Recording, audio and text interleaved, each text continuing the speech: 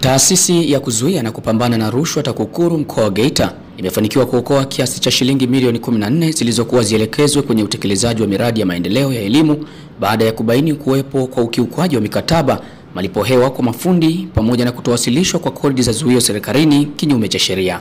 Akizungumza na waandishi wa habari kwa niaba ya mkuu wa TAKUKURU mkoa wa Geita, kaimu mkuu wa TAKUKURU mkoa huo Alex Mpemba amesema kuwa uchunguzi umebaini kuwa baadhi ya wadhabuni walilipwa kinyume na masharti ya mkataba, mafundi kulipwa bila kufanya kazi yoyote, sambamba na ukiukwaji wa taratibu za kifedha kwa kutowasilisha kodi ya zuio serikalini. Mpemba ameongeza kuwa fedha hizo zimeokolewa baada ya uchunguzi na ufuatiliaji wa karibu katika miradi hiyo ya elimu, huku akisisitiza kuwa TAKUKURU itaendelea kuchukua hatua stahiki kwa wale wote watakaobainika kujihusisha na vitendo vya kuhujumu fedha za umma.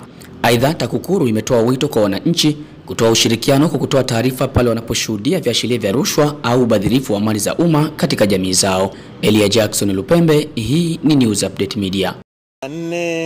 4,221 kiliokolewa katika ufuatiliaji wa miradi ya maendeleo. Fedha hizo zimeokolewa katika miradi minne ya sekta ya elimu, ambapo ilibainika kwamba baadhi ya wazabuni walilipwa kinyume na mkataba. Malipo ya bidhaa yalikuwa, kuna sehemu malipo ya bidhaa yalikuwa pungufu au dhaifu. Mabadiliko ya kazi yasiyoendana na gharama za mradi. Mafundi kulipwa kabla ya kufanya kazi na kutowasilishwa kwa kodi ya zuio serikalini. Sasa kwa ujumla wake katika miradi hii minne, hizi dosari ndogo hizi ndio zilikuwa zinafanya jumla ya shilingi milioni 14 na 221 kama nilivyosema hapo awali. Aidha, katika kipindi hicho, sasa kwa ujumla katika kipindi hicho, jumla ya miradi 29 ya maendeleo tuliifuatilia, na miradi hiyo ilikuwa na jumla ya thamani ya shilingi bilioni 9.5.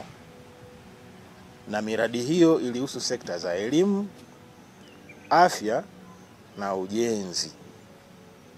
Sasa katika ufuatiliaji wetu katika jumla miradi yote 29, kulikuwa na miradi miwili ambayo ilikuwa na changamoto kubwa ambazo zilitulazimisha tuanzishe uchunguzi mara moja.